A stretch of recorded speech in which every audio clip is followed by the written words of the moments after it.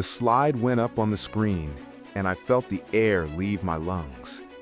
There it was, my framework, my data, my 18 months of work, with his name at the top. I sat in the back of that conference room, hands flat on the table, and I did something nobody expected. I stayed quiet. Not because I was scared, not because I didn't know what to do. I stayed quiet because I had already planned exactly what came next. Let me take you back to the beginning, because this story doesn't start with betrayal. It starts with trust, the kind that takes years to build and about 30 seconds to destroy. I had been at the firm for almost 4 years. Mid-sized, structured, reputation mattered. Visibility mattered more. I wasn't loud, I wasn't political, I was precise. My manager, I'll call him Marcus, had been there 14 years. Calm voice, controlled posture, the kind of person who never seemed rushed. At first, I thought that meant experience. Later, I realized it meant calculation. The Meridian Project became my responsibility long before it became his presentation.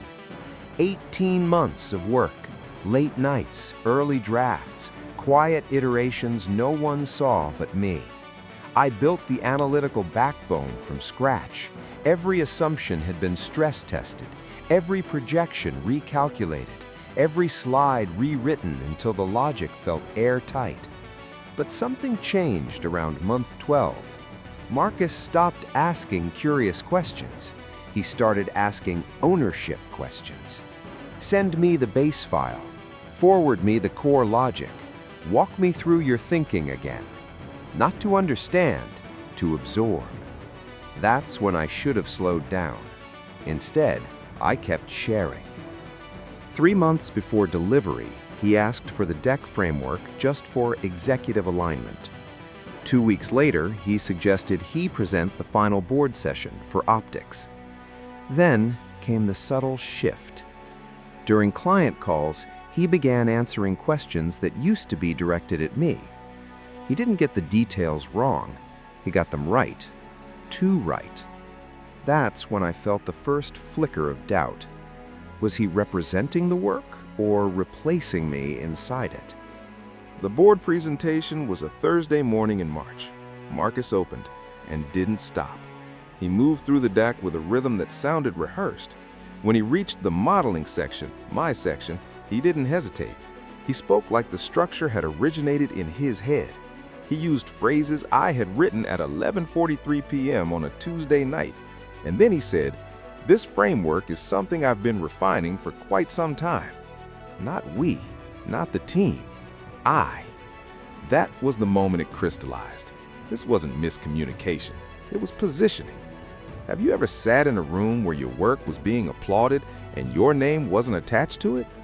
I didn't interrupt, because confrontation would have made me emotional, and emotional would have made him credible. So I waited. When it ended, the CFO praised the rigor. The managing partner shook his hand. My name appeared once, slide 42, small font. I smiled. I said nothing. Most people think power shows up in the moment. It doesn't. It shows up in preparation. 6 weeks earlier, when I noticed edits happening quietly, I started saving everything more carefully. Not obsessively, intentionally. Email threads, version histories, Slack explanations where I broke down the methodology step by step, effectively teaching him what he later claimed as insight. Milestone submissions filed under my name in the official system months before the presentation. What he forgot was simple. Digital systems remember, and titles don't override timestamps.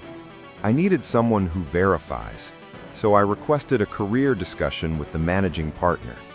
For 2 days before that meeting, doubt crept in. What if this was normal?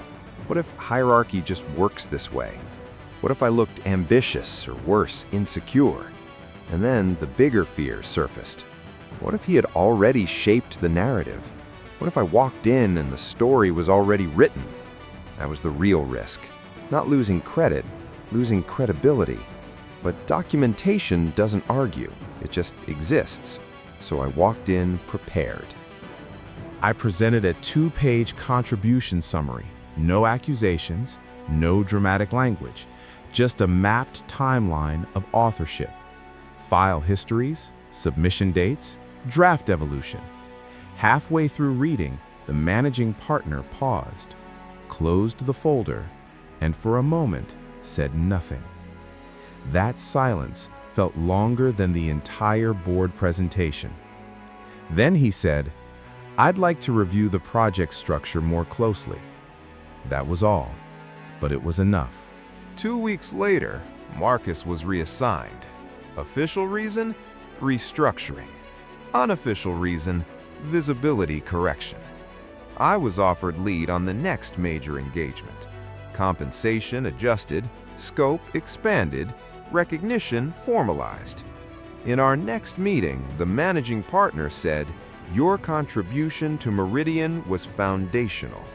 He didn't need to say more. People ask if I regret staying silent. I don't. If I had reacted in that room, I would have looked unstable. He would have looked composed. Instead, I let the system evaluate the facts. The most powerful move wasn't speaking, it was waiting. In corporate life, volume is often mistaken for authority. But silence, backed by evidence, is leverage. He thought the presentation was the victory. It wasn't.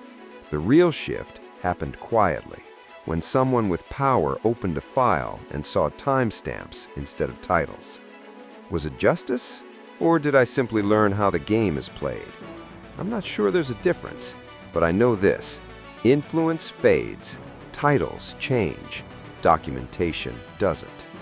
What would you have done?